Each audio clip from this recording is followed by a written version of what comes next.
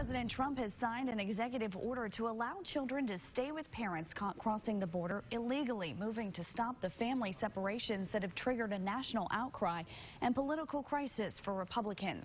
Surrounded by congressional Republicans, including Arkansas Senator Tom Cotton, the president says he wants to be strong yet compassionate on the border. Here's what Cotton had to say during a press conference after that meeting. I think it's very important that we protect our border. We cannot allow a child to be a get-out-of-jail-free card and a get-into-the-U.S. free ticket. But at the same time, as you said, as we've all said, we'd like to keep families together, keep them together at the border for the orderly and timely processing of the adult's immigration claim. But the problems aren't over for thousands of families torn apart. For a closer look, we send it to Jay Gray, who's at the U.S.-Mexican border in Hidalgo, Texas. Hey there, good afternoon, Rebecca. There is a huge sense of relief right now at border crossings like this one in Hidalgo. But for more than 2,000 families separated right now, there's still no clear indication of how or when they might be reunited. Dark clouds and rain along the border, but today, for the first time in weeks, there's also a ray of hope here.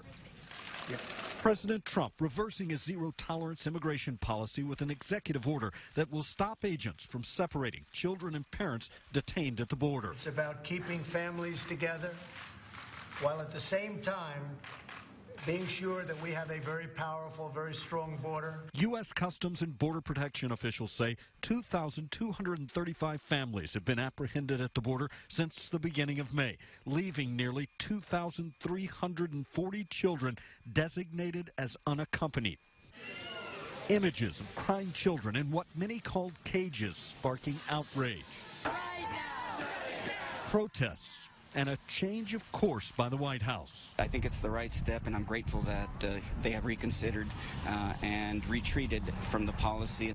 Though some warn the nightmare for families torn apart may not be over. I think it's going to be very difficult for the agencies involved, Office of Refugee Resettlement, Immigration Customs Enforcement, Border Patrol, to all be able to talk to each other, to be able to reunite parents.